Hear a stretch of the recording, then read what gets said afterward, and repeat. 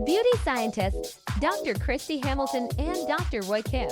Real beauty without the hype. So I think one of the first ones that comes to mind is rhinoplasty. What considerations do you have for the pediatric or almost adult rhinoplasty that's different than when we're dealing with a fully mature nose?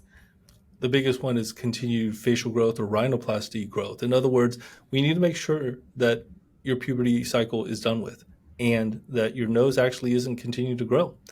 In a lot of patients as well, it's a functional and aesthetic procedure. So whether breathing is a concern, a lot of my patients have broken noses or trauma. We just need to tell them that, hey, we are actually fixing them physically in terms of their passage, the nasal passage, the airway, the breathing, and that will help a lot. And finally, don't be maybe too aggressive with what other people have, celebrities, other things like that. Your nose is your nose. It has to fit your face. And so we want to give them an aesthetically pleasing but holistic result to teenagers. Well, how do you console your patients?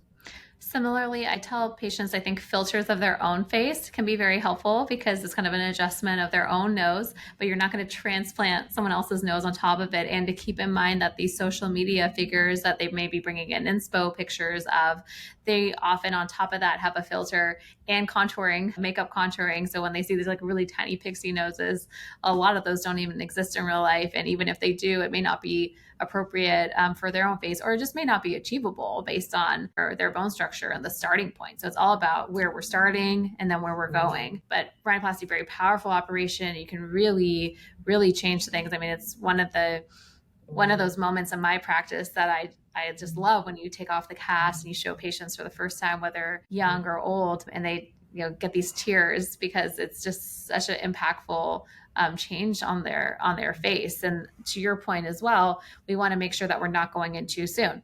So I think a great time to perform these procedures is the summer between high school and college. The youngest, I think most people will do rhinoplasty, including myself, is 16. But again, it varies a little bit, girls versus boys. You want to wait until you're not seeing rapid nasal growth because you don't want to continue to have growth afterwards or potentially stunt the growth of the nose. So I agree with you. It's a functional as well as an aesthetic operation and can be completely life-changing. And some patients look so different before and after their rhinoplasty. I think that's why that high school to college transition can be nice because it's also a social time to, as a reset, start over, new set of friends. Thank you for joining us on The Beauty Scientists. Be sure to visit thebeautyscientists.com and learn more about modern beauty and connect with Dr. Hamilton and Dr. Kim.